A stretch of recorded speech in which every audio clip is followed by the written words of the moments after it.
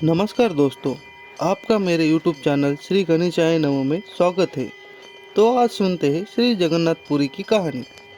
कहानी सुनने से पहले मेरे चैनल को सब्सक्राइब करें और कहानी अच्छी लगे तो लाइक एंड शेयर जरूर करें, ताकि मैं ऐसे ही इंटरेस्टिंग कहानी आपके लिए लेके आऊँ।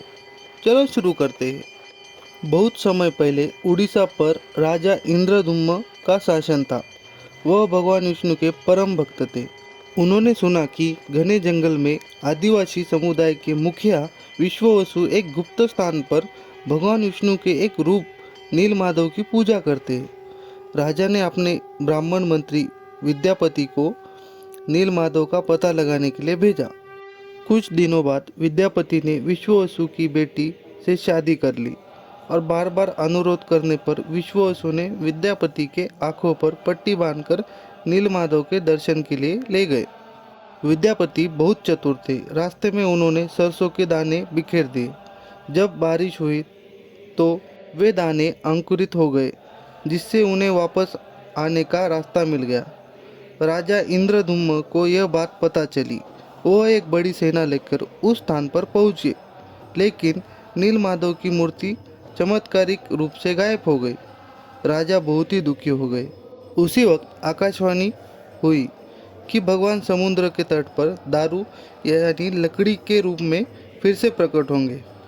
और कुछ दिन बीत जाने के बाद राजा को समुद्र तट पर विशाल और सुगंधित लकड़ी का लट्टा मिल गया, लेकिन कोई भी कारीगर उस पर काम नहीं कर रहा था।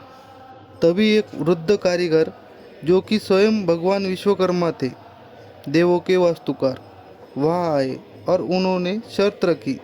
वो एक बंद कमरे में मूर्ति का निर्माण करेंगे और जब तक काम पूरा नहीं होगा तब तक दरवाज़ा खोला नहीं जाएगा। राजा और रानी ने यह शर्त मान ली। 15 दिन बाद रानी गुंडीचा को उत्सुकता हुई। उन्हें लगा कि कारीगर भूखा या पैसा मर गया होगा। उन्होंने राजा के मना करने पर भी दरवाज़ा खोल दिया। जैसे ही दरवाज़ा खुला, कारीगर अचानक गायब हो गया। कमरे के अंदर 3 अधूरी मूर्तियाँ मिली। पहली जगन्नाथ यानी श्री कृष्ण, दूसरी बलभद्र यानी बलराम और तीसरी सुभद्रा उनकी बहन। राजा दुखी हुए, लेकिन फिर एक बार आकाशवाणी हुई कि भगवान इसी अधूरे रूप में पूजे जाना चाहते हैं। फिर राजा ने विधिवत रूप से इन अधूरी मूर्तियों को एक भव्य मंदिर में स्थापित किया, जो आज श्री जगन्नाथपुरी मंदिर के नाम से प्रसिद्ध है। इस मंदिर में भगवान की अधूरी मूर्तियां हर 12 साल में नवकलेवर नामक एक अनुष्ठान के दौरान बदली जाती है। पुरानी मूर्तियों से एक विशेष पदार्थ निकलता है जिसे ब्रह्म कहा जाता है। उसे निकालकर नई मूर्ति में स्थापित किया जाता है। इस प्रक्रिया के दौरान जिस पुजारी द्वारा यह कार्य किया जाता है, उसकी आंखों पर पट्टी बांधी जाती है और हाथों में दस्ताना पहनाया जाता है और संपूर्ण शहर की रोशनी बंद की जाती है। कहा जाता है इस ब्रह्म में स्वयं श्री भगवान कृष्ण का हृदय धड़कता है, जो आज तक सुरक्षित है। अब जानते हैं मंदिर के कुछ रहस्य के बारे में। मंदिर की मुख्य शिखर की छाया दिन के किसी भी समय जमीन पर दिखाई नहीं देती। यह हमेशा अदृश्य रहती है। दूसरा रहस्य, मंदिर के मुख्य प्रवेश द्वार में जैसे ही आप अंदर कदम रखते हैं, समुद्र की लहरों का आवाज़ सुनाई देना बंद हो जाता है और जैसे ही आप बाहर निकलते हो, आवाज़ फिर से सुनाई देती है। तीसरा रहस्य, मंदिर के शिखर पर नील चक्र यानी सुदर्शन चक्र स्थापित है।